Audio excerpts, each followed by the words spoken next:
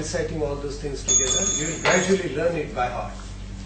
संध्याकाळी परवचा असते, त्यावेळेला आपल्या मनावर चांगले संस्कार व्हावे म्हणून शुभम करोती म्हणता का नाही म्हणत?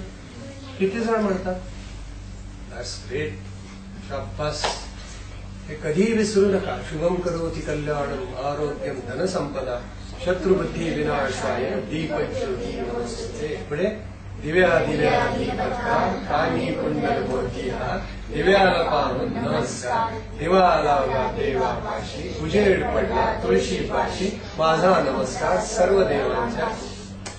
पुढे तिळाचं तेल कापसाची वात दिवा जळू दे सारी रात घरातली पीडा बाहेर जावं बाहेरची लक्ष्मी घरात यावं घरच्या धन्याला आणि सर्वांना उदंड आयुष्य लाभो. किती सुंदर प्रार्थना आहे. एकदम गोड. किती आशय आले बघा त्याच्यामध्ये.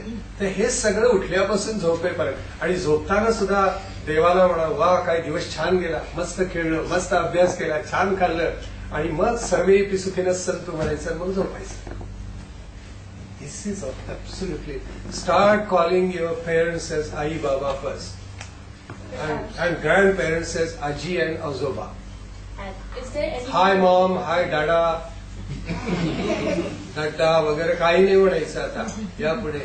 आता पालकच जर विरोध करत असतील तर मी काय म्हणणार? काही पालकांना गौरव वाटतो, मम्मी डॅडी आपल्याला हाक मारतायत, त्यात काय गौरव आहे? खरंच मला कळत नाही. प्रत्येक धर्म त्यांची आयडेंटिटी जपतो, आम्हीच ती टाकलेली. आपण भ्रष्ट नक्कल का करायची हे मला अजूनही कळलेलं नाही. आपला धर्म आपणच जपला पाहिजे, आपल्या परंपरा आपणच जपल्या पाहिजे. The same inculcation must be done by the parents and first parents must practise that. थोडं मोकळं बोललं पण रागावू नका. असा कोणाचा आग्रह असेल तर आपण समजावून घ्याल, खात्री आहे मला. आपल्याकडे आपल्यापेक्षा वयाने जो मोठा असतो त्याला हाय नाही म्हणत, हाय एकदम हात पुढे कर असं कधीही नसतं. वाकून नमस्कार करतात, नमस्कार. दिस बिगेस द ह्युमिलिटी. विनम्र होता तुम्ही, नाहीतर मग लहान मोठं काही राहतच नाही. वडिलांना एकेरी हा नावाने हाक मारायची नसते. अहो बाबा म्हणायचं, ते बाबा. तर बाबा म्हणजे काय शाळेतला मित्र का? अशी नसते कधी. आपली संस्कृती अशी नाहीच आहे. ए डॅड. ए डॅड म्हणजे काय? म्हणजे माझे शाळेतले 50 मित्र तसे 51वा मित्र dad.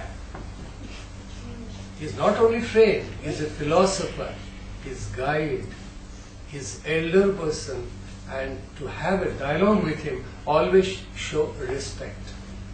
This is Hinduism. This is Hindu dharma. Okay, so we have said a lot of things. Nikita, would you like to say something more? She has taken the vow to call her parents as Ai Baba now.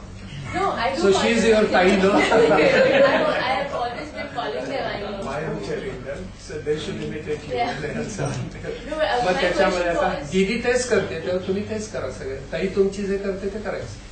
पण ताईला म्हणाली भूतं येते बघायची नाही. चांगलं बघा, महेश बघा, चांगलं बघा. Yes, My question was, is there anything wrong in believing that calling someone elderly by name, even if you love them, someone whom you love, even if you call them by name, does it mean that your respect reduces?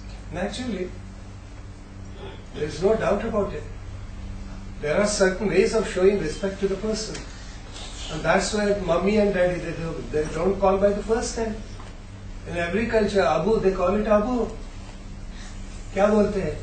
पिताजी को क्या बोलते हैं यहाँ पे? Muslim people? They say Abu. हाँ? बरोबर आहे ना? ते फर्स्ट काय मोहम्मद बरा आहे का असं विचारतात का?